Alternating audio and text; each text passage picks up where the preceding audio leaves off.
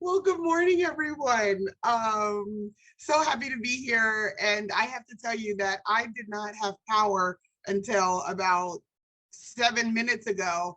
I'm in Westchester. I'm not in Philly proper, like most of you are. Well, not Tom, but like most of you are in Philly proper. I'm in Westchester, and we have no school. We thought we had a 2 hour delay. Now we have absolutely no school because we got some weather up here. So I thought I was going to be doing this via phone in my car. So I'm so glad that I'm able to join in. I'm Kristin Austin. I'm on the PCPR Board of Advisory Board as well.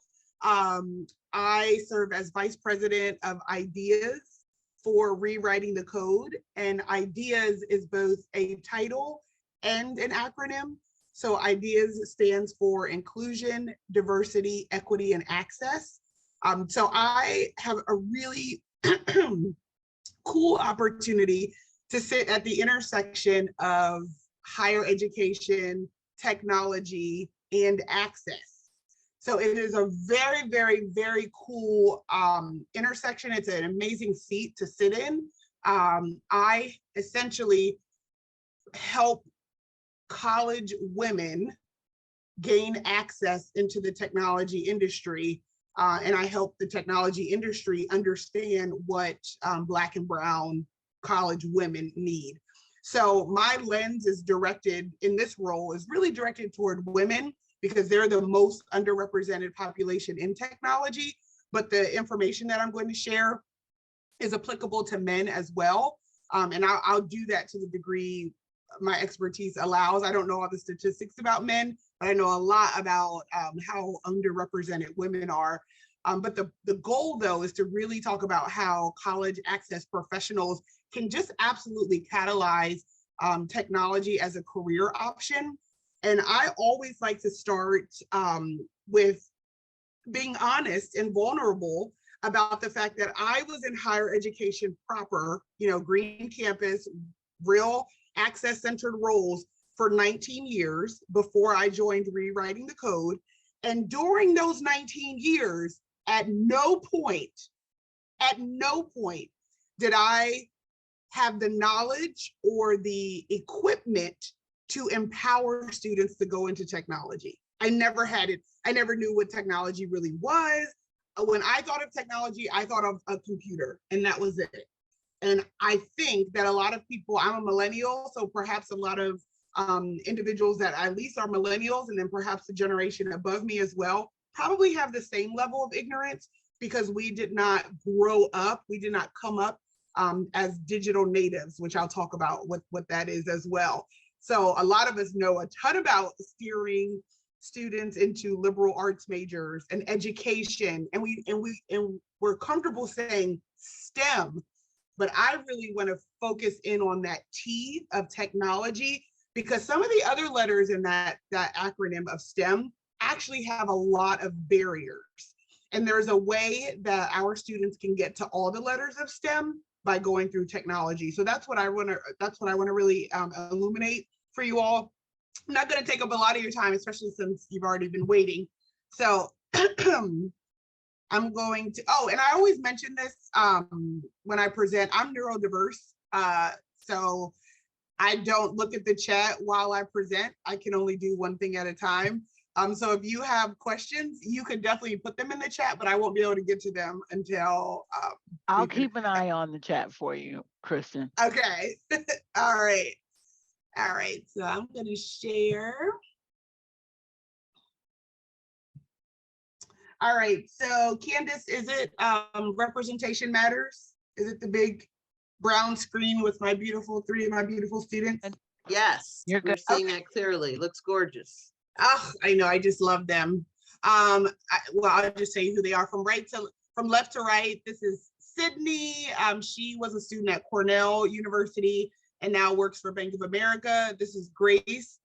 She was a student at Rutgers and now works for Goldman Sachs.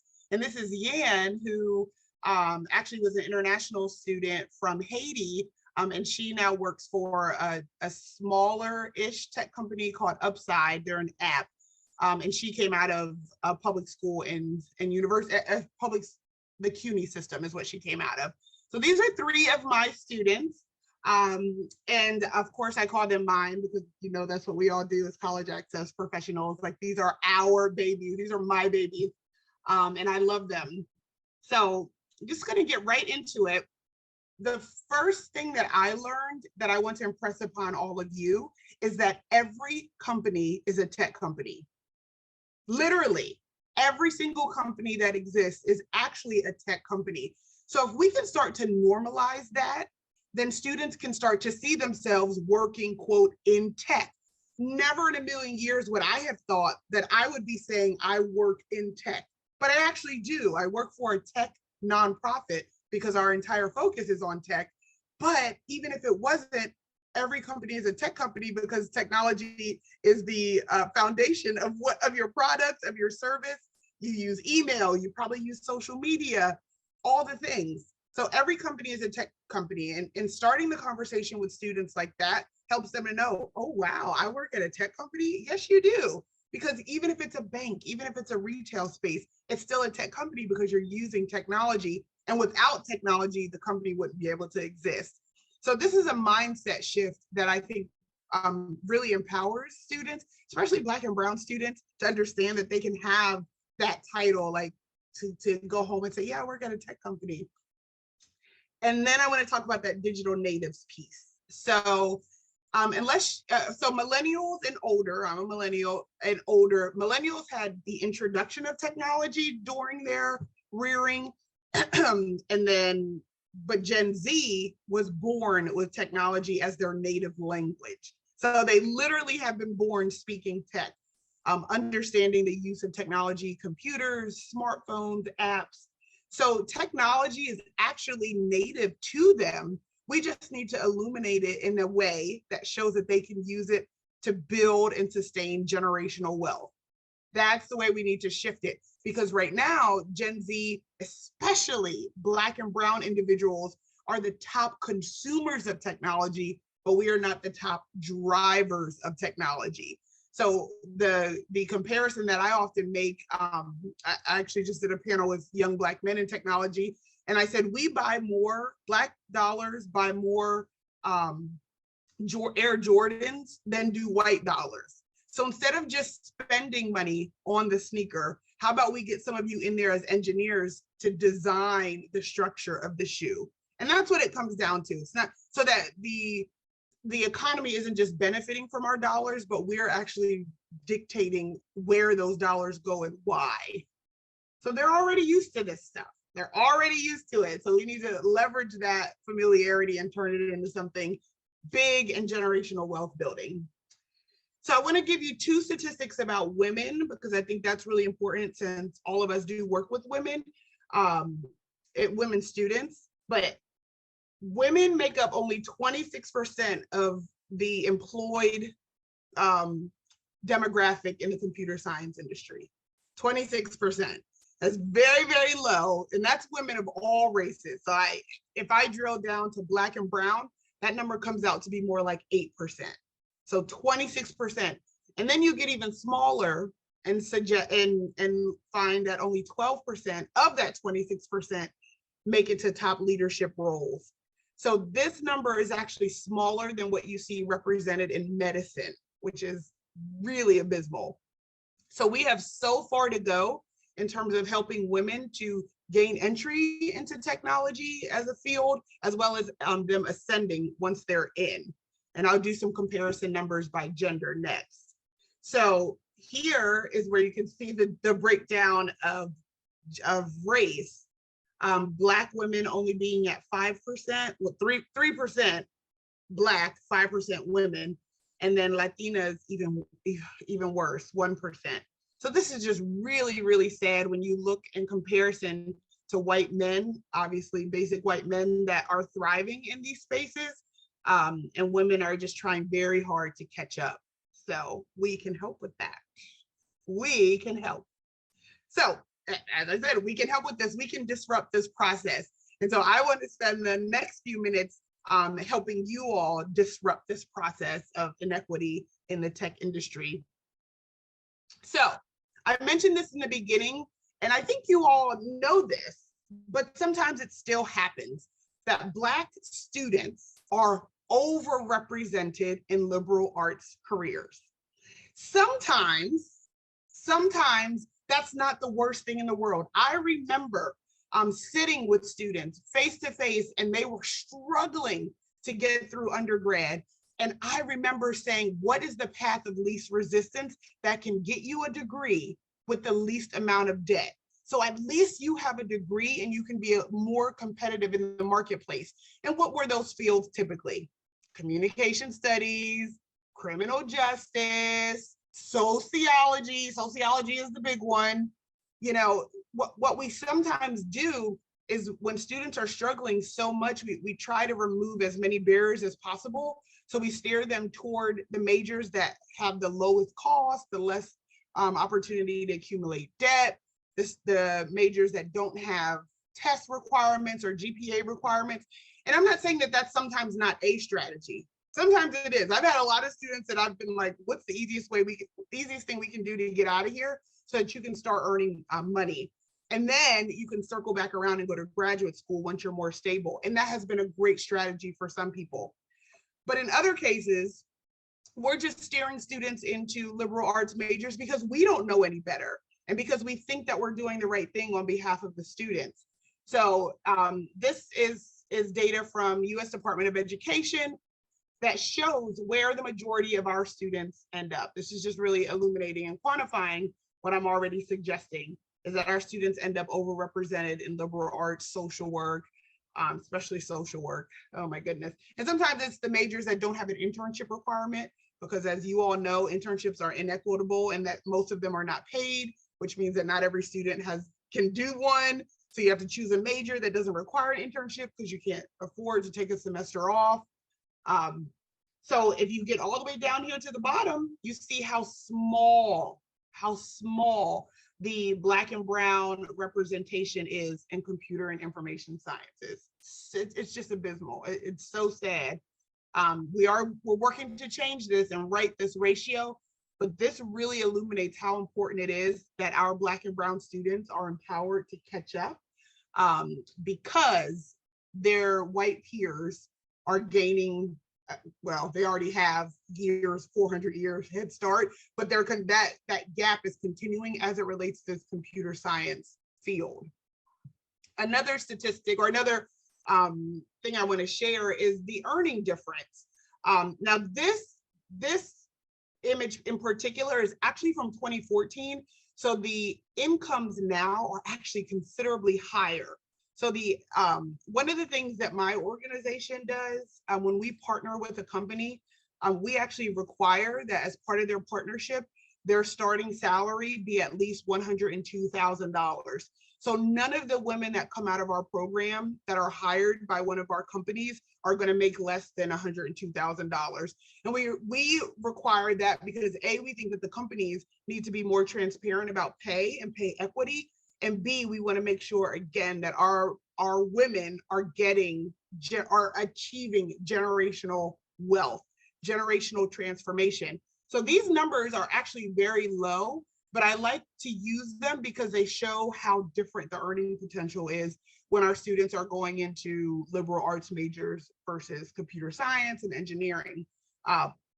So the earning potential is just so different. And this includes the associate's degree level. So we can talk about that as well. So as I mentioned in the beginning, one of the reasons that we often steer students toward liberal arts majors and then end up finding that there are unforeseen barriers, those are the things that I want to discuss now.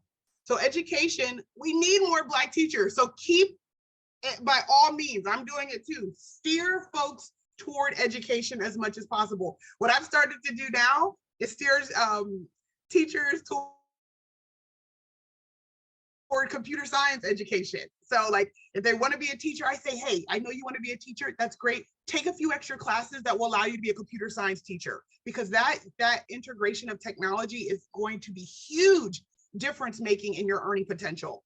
Education, though, as you all know, the Pennsylvania Department of Education has a GPA requirement. and I'm not saying GPA requirements are bad.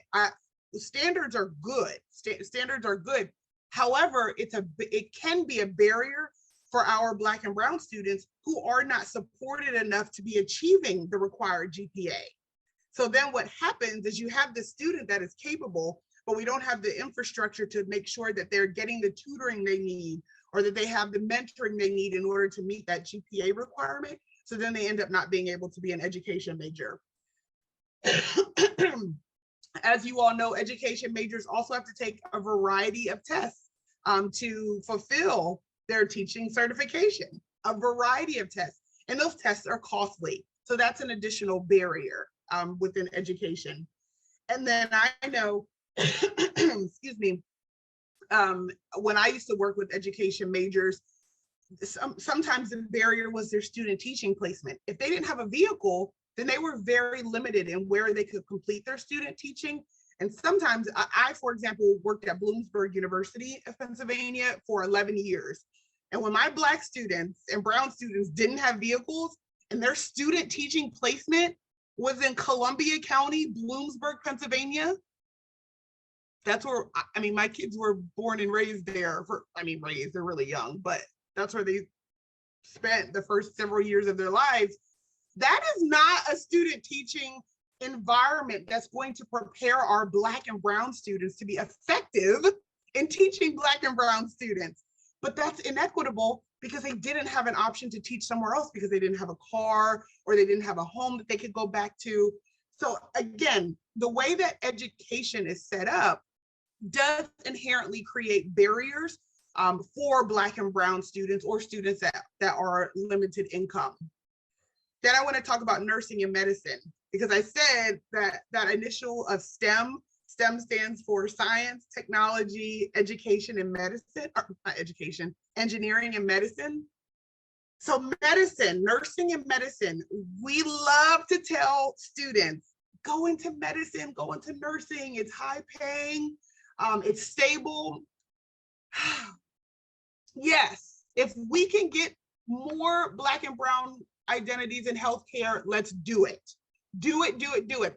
My information is not to pull people away from these fields. I want our Black and Brown melanin to saturate these fields, but I want to talk about the barriers so that you know that technology is an option.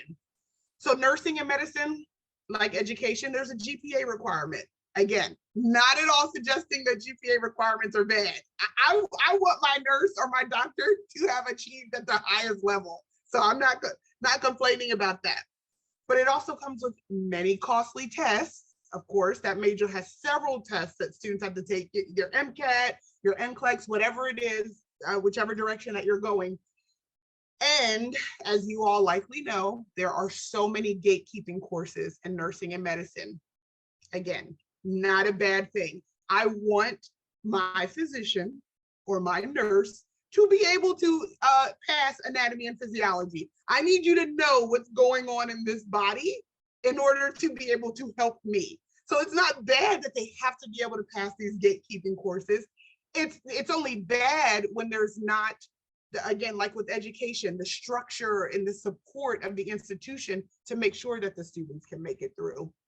Sometimes the students are just enrolled in these courses and they've had no pre-work in their K-12 experience, but they're thrown into anatomy and physiology in their first year, which is an extremely difficult course, and they only get 2 opportunities to take it. So if they don't pass it the first time, which very often happens, they can take it one more time, but while they're waiting to take it the second time, they can't advance in their program because those are the gatekeeping courses. And those are standard for any medical program, biology, nursing, anything that is medicine related. So those are some barriers. And then I would talk about liberal arts. When we talk to our students about why'd you choose social work as a major or sociology or criminal justice, overwhelmingly, you all know what the students say, because I want to help people. That's what they all say. And there are a million ways to help people. So what I interpret that as is that students want meaningful work. And that's very characteristic of Gen Z. They want meaningful work. Well, technology actually is very meaningful, and I'll talk about how. But when students go into these fields, they are definitely facing lower pay. They're definitely facing lower pay and unstable work, because the liberal arts fields tend to be fields that are very easily digitized. And even now, education is really looking at, there are companies that are dedicated to figuring out how we can digitize the classroom, where you don't even need a teacher to be present. Everything is done using technology, and then you have a teacher that's in China and a teacher that's in Europe. And even though the kids are gathering in the classroom professional is more of a classroom monitor than they are a teacher. So there's so much that's going on with technology that because it's going to affect Black and Brown and under-resourced folks the most, it is critical that we have Black and Brown folks at the table making these really big decisions.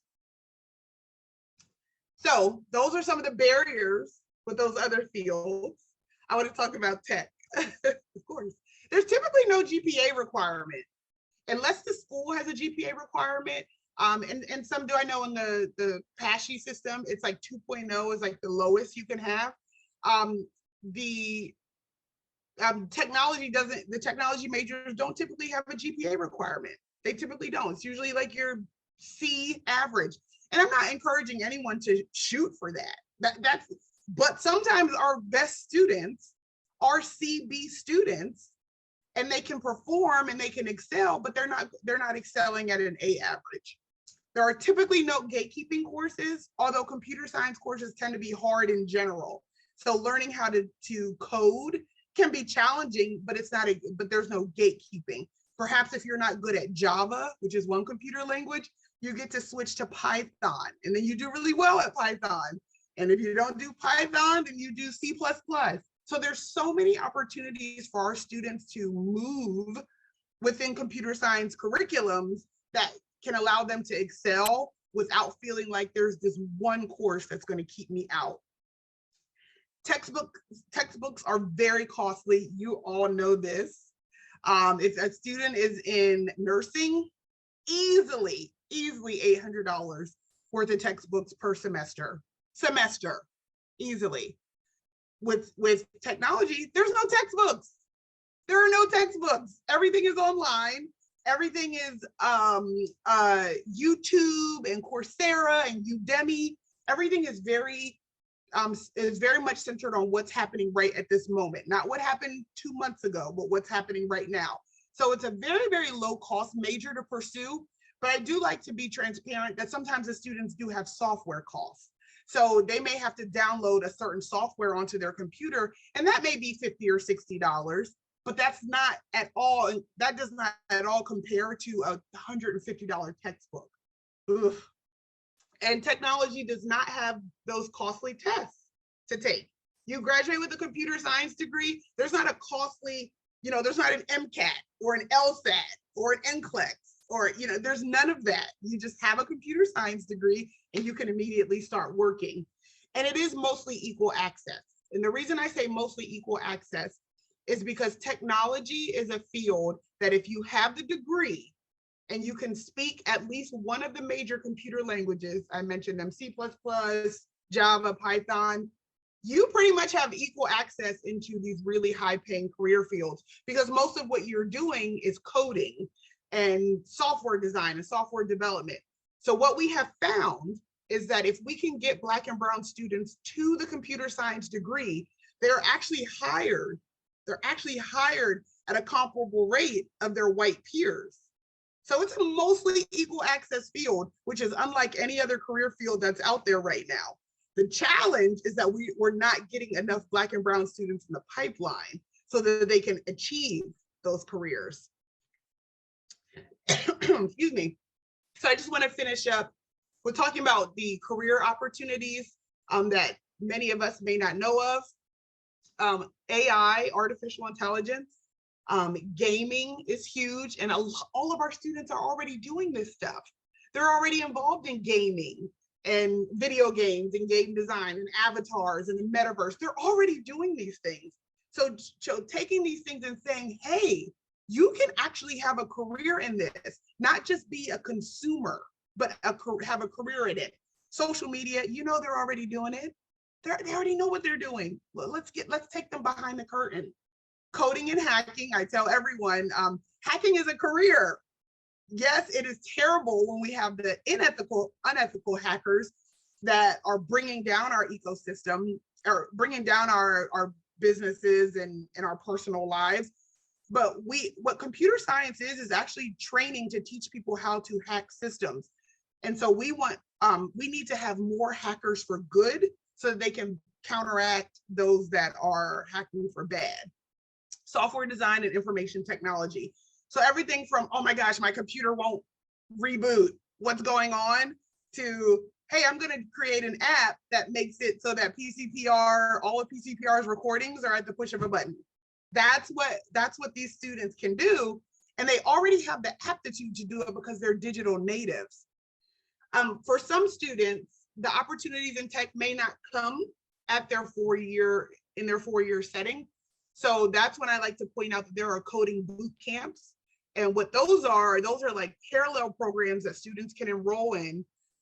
There's a ton out there, community colleges, nonprofits that just say, hey, we're going to put you through a 6-month coding boot camp where you learn how to code. We're not worried about all the other things that you're doing.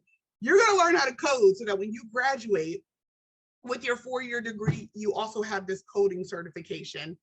A lot of students, a lot of Gen Z right now that's entering the technology space, a lot of them are self-taught.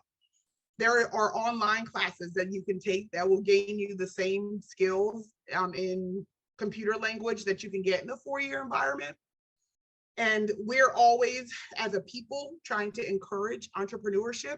Well, having skills in technology is probably the most solid entrepreneurship you can have right now. Building websites for folks, building apps for folks. And a lot of these things, a lot of my students tell me that they can build an app in about 1 week, and they can charge easily $5,000 for that app that they built in 1 week, just because someone said, hey, I need this app, can you build it for me? And they can do it. And these are our regular everyday students. I'm not talking about Ivy League, straight A's. I'm talking about like Jessica that won't answer our phone call that we've been trying to chase down to do her FAFSA verification. She's like, oh, I was building an app. Yes, you were. That's what I'm talking about. And then lastly, tech companies really want our talent. And by our, I mean Black and brown.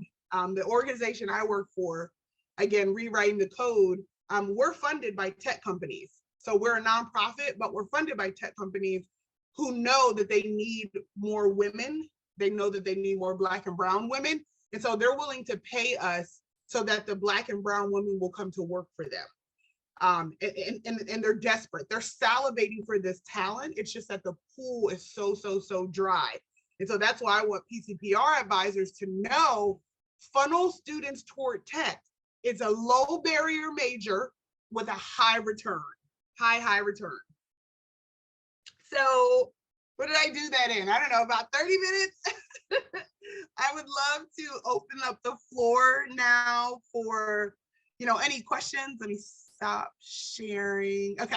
Oh, there's everybody. Okay. Yeah, I would love to answer your questions, talk about my program, talk about how I can support you all, anything at all. Hi, Dr. Austin. This is Nancy. How you doing? I love you, Nancy. So my question is, because tech changes every 3 months, every 3 days, right? How can students keep themselves in a mindset of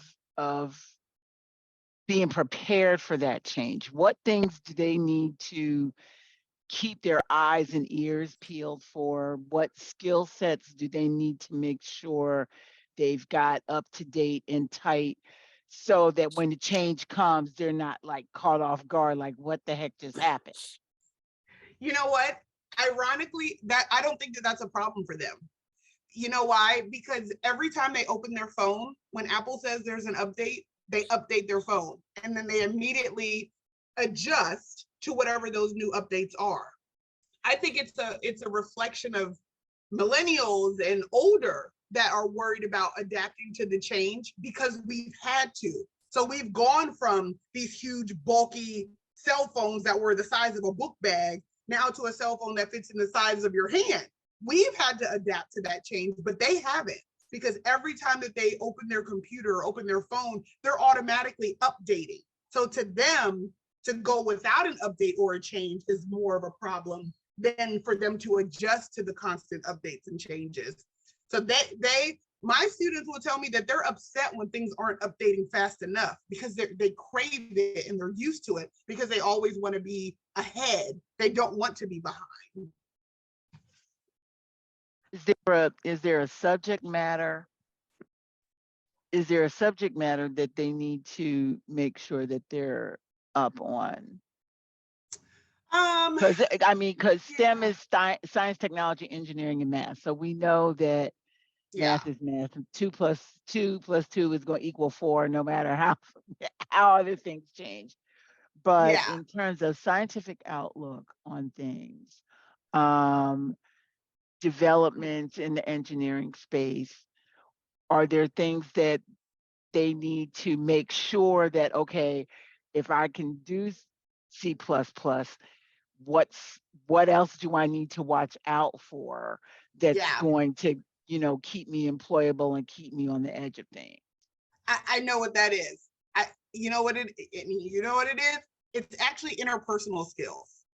Because what happens is our students as digital natives spend so much of their time cultivating how to communicate online that they completely miss the ability to communicate in person. And a lot of times we as adults want to punish them for not having the skill of being able to communicate in person, when in reality, it's never been the norm for them at all.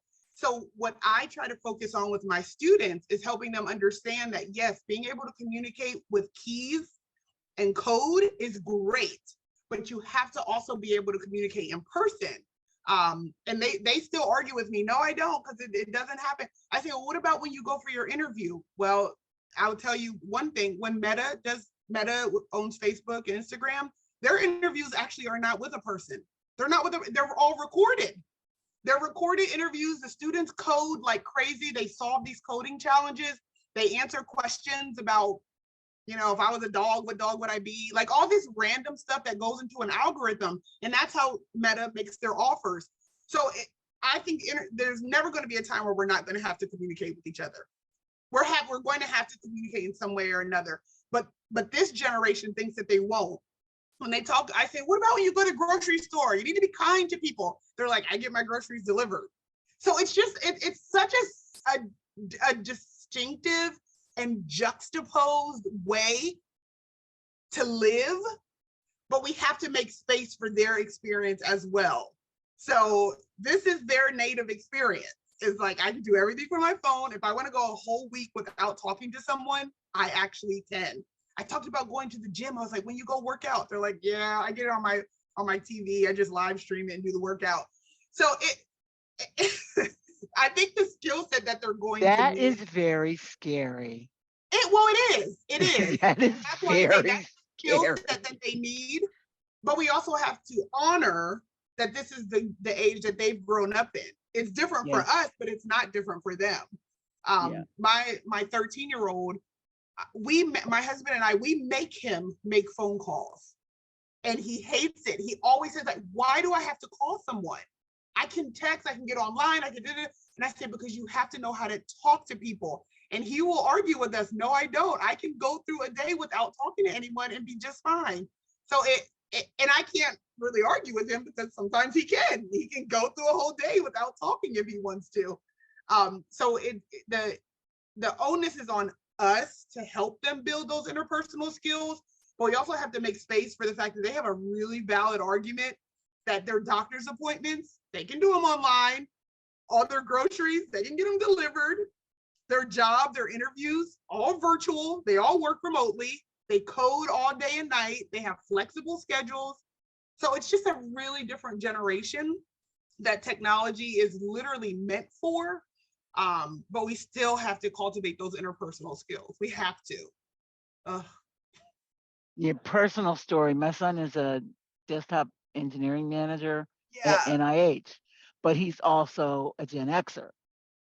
So Mm. he's done tech support. Now he manages tech support.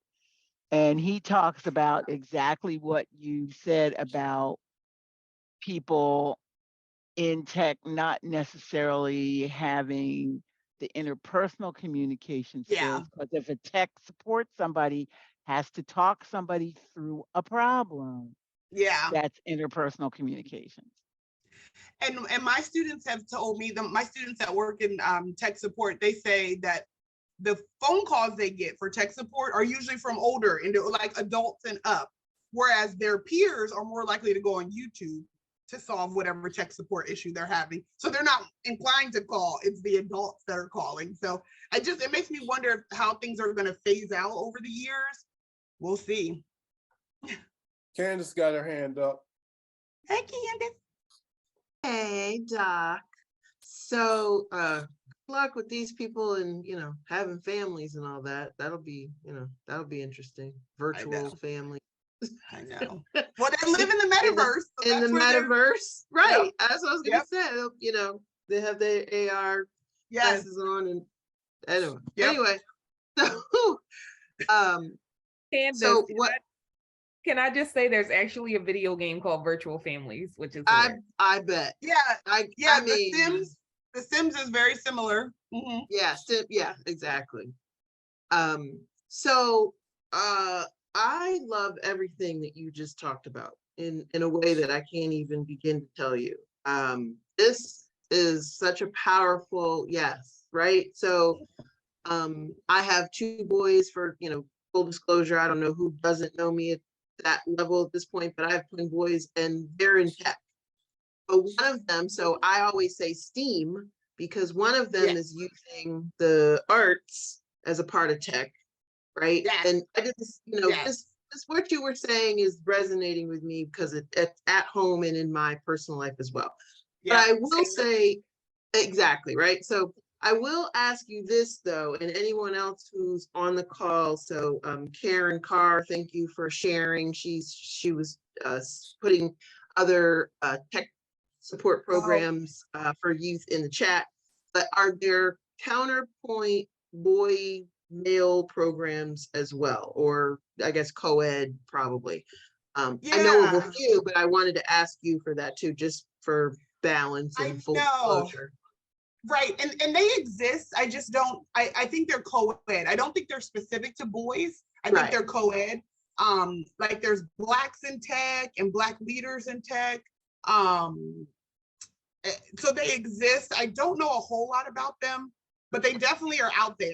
And I keep telling myself that I need to get more on the landscape for Black and Brown student.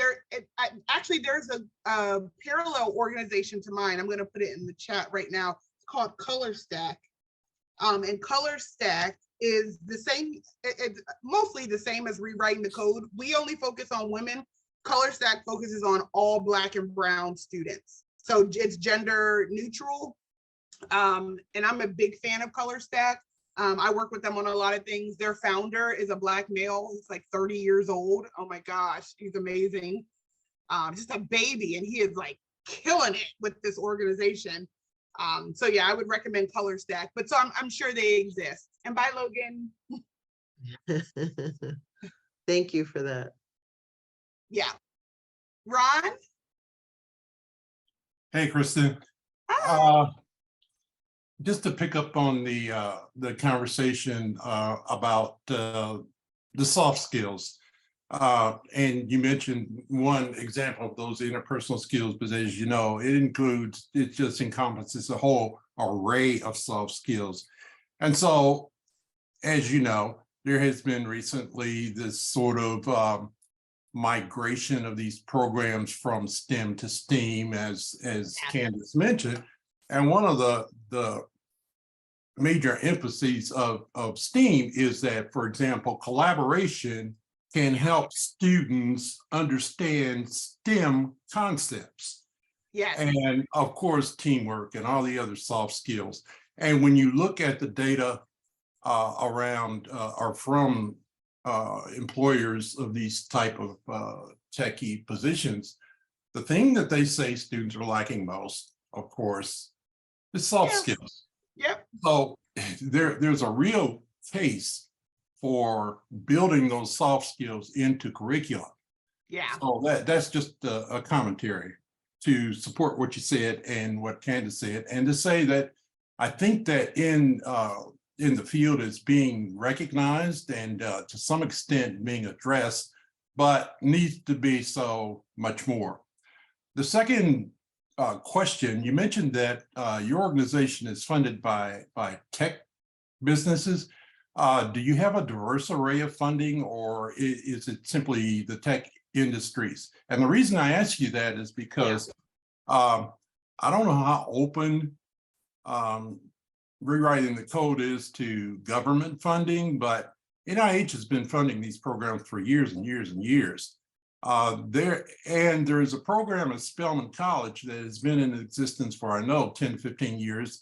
The acronym is RISE, R-I-S-E. It's a research initiative for scientific enhancement.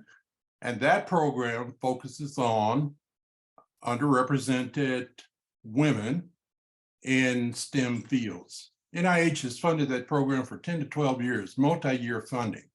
Okay. I know that firsthand because I was the external evaluator for the RISE program at Spelman. So if you're interested, I think I still may have some contacts there. I can put you in touch with them, and might bode well to have a conversation with them. Yeah, absolutely. I would love that. I really would love that connection. So to your point about the soft skills, part of what we do at Rewriting the Code with our members, with our women students, is we practice soft skills. We require them to go through interview training and problem solving. The challenge that we're running up against is that the more we talk about these soft skills and prepare them for these soft skills, what's happening is they're going into the workforce, they're working remotely, they're in technical roles, and they're not using the soft skills.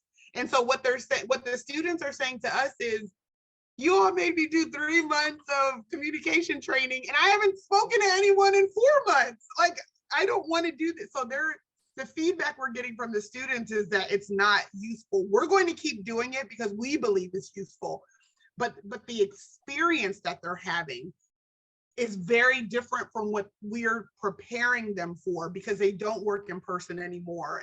And technical roles are very specific, especially when you are designing computer language and codes and software programs. You're literally just coding, like they're on their computers like this all day long. And when they have to communicate with someone on their team, they do it via Slack. So the companies are run on Slack platforms. So they're not picking up a phone and calling them. They're not in a meeting. They call them stand-ups. Like, their meetings are 15 minutes at the max. So it's just such a different workforce than what we on this call do. Like, this what we're doing is so different from what they're doing. So they're always like, when I make my students like come on camera, and I'm like, turn on your camera, and like, they hate it because they're like, we don't have to do this at work.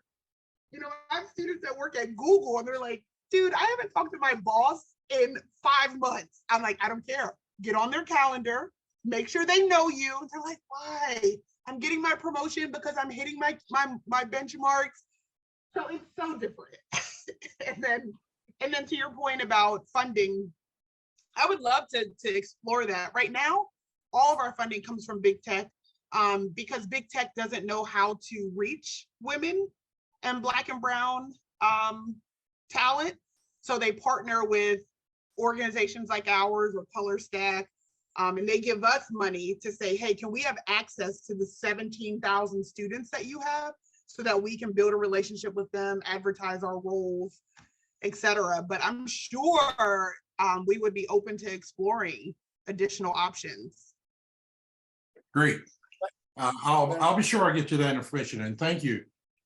Thank you. Duana, you want to make your comment or ask your question? Yes, thank you. Good morning, everyone. As a person that actually literally deals with students on a day-to-day basis, I agree with a lot of what's happening with the soft skills. But one of the things that I will say out here in the corporate world, as they migrate past going to college and into full-blown work world, they are having to go back to. So don't let your girls, boys, whomever,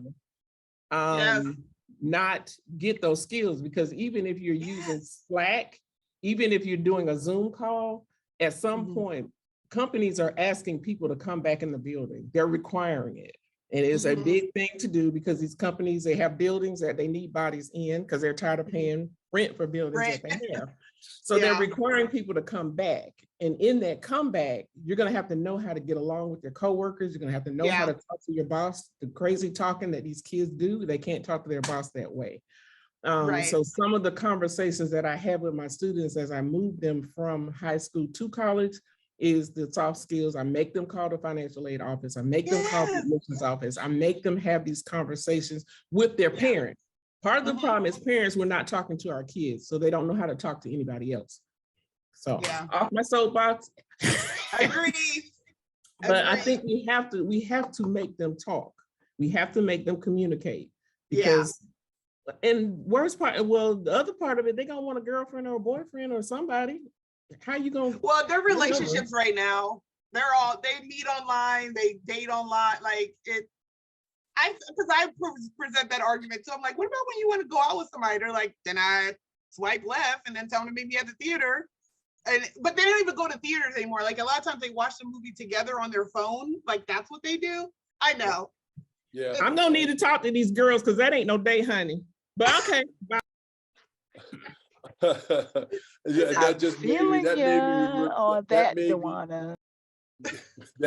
that made me think about the 2.5 Men episode where the son has gotten to that space where he's meeting with girls, and the girlfriend is literally sitting on the same couch with him, and they're just texting each other back and forth. Anyway, okay, Karen, you're up next, dear. Your question or comment? Yes, hi everyone. So Dr. Austin, this is amazing to me. Previous to my work at the Treasury, I worked for a number of years with what was called the Eastern Technology Council. And that's where I met Tracy Wilson-Rossman, who actually does Tech Girls. And okay. She wanted to start that based on the fact that there were no women to speak of in technology. But we were a networking organization for all the technology in the southeastern part of Pennsylvania, as well as southern New Jersey and northern Delaware. So we had that whole region. They eventually did away with that, and they're now part of PACT. Are you familiar with PACT, Dr. Austin? I think loosely. It's a networking organization. It's a networking organization that I think could use your all's influence as educators, because that enriches the field of the people who can help pay for these things. Yes. People who would be entirely interested in bringing on these individuals into their fold. Okay. And, you know, I think it might be a very nice way of enriching this even further. I would love it. Any connection at all, I would love it. So I'll put my email in the chat, and I'll also put the PACT information in there. They're really techy, but that whole networking thing that you're talking about with the soft skills, what a great opportunity it would be for that organization to open it up to do networking with younger kids. Yeah. You know what I mean? I do. To be able I to appreciate that. mentor or provide, you know, more resources. So I'll just throw that in there real quick. Sorry to take up all the time. No, thank you. Thrilling what you're doing. Thrilling. Thank you. We are truly, I will say this without hopefully any embarrassment or for anybody else around this, that we are really, Philadelphia College around here, really blessed to have Dr. Austin connected with us. And I actually was going to raise a question, but I actually let Luana and Karen come in, but they really filtered around the question I was going to have, or not a question, but more of a comment. Because naturally, this is where PCPR Spaces is breaking down or connecting with siloed other groups and individuals. And I guess I was going to ask you, so I will ask it. In your work with rewriting the code, because you come from higher ed, and now you're in this nonprofit group.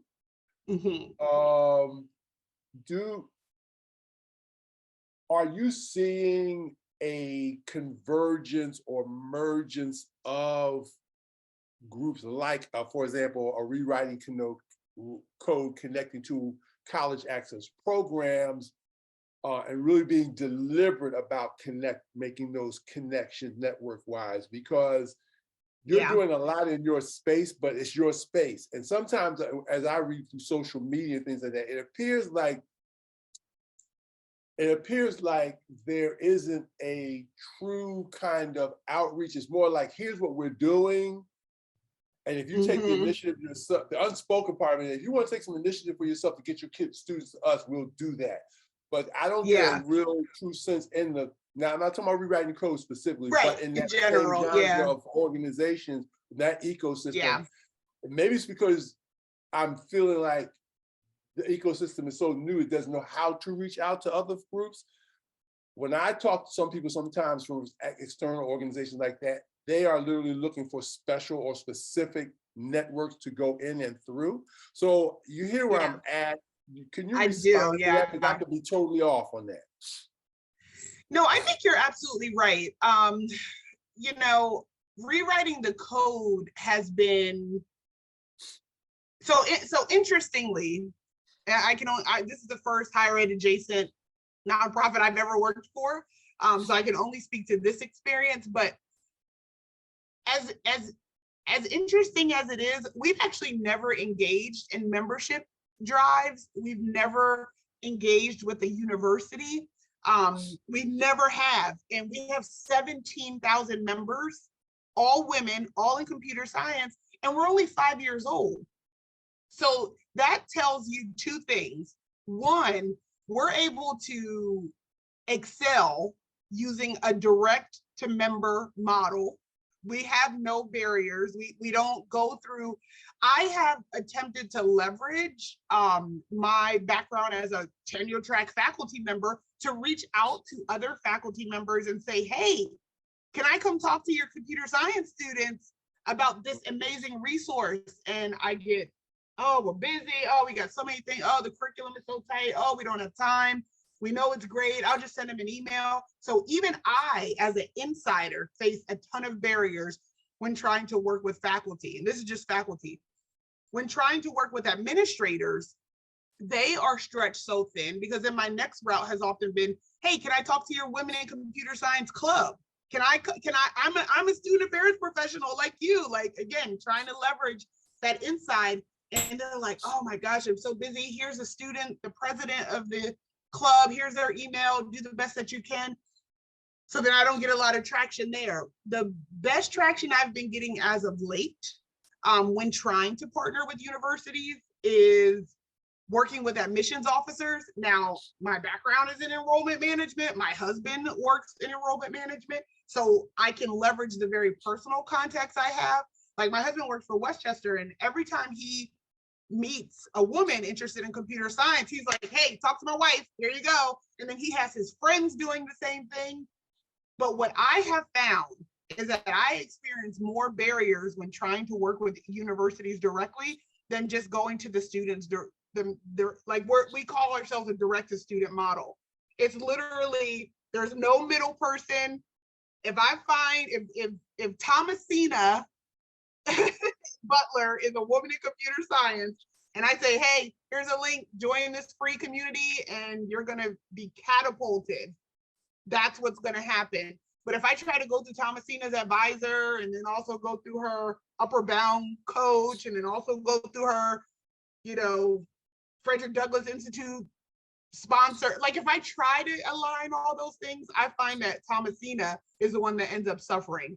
So I have found it more efficient to just go straight to the student and run with it. But it doesn't mean I'm not open. I can't speak for other organizations. I would love to align more and more to reach more students, but sometimes it slows it down, honestly. Thank you very much, Kristina. We are at 11:01, so if folks need to check out, and first let's give a round of applause, either virtually with the emoji or otherwise, to Dr. Austin for coming in, and you knocked it out the park, of course, as we knew you would. Oh. Thank you so much.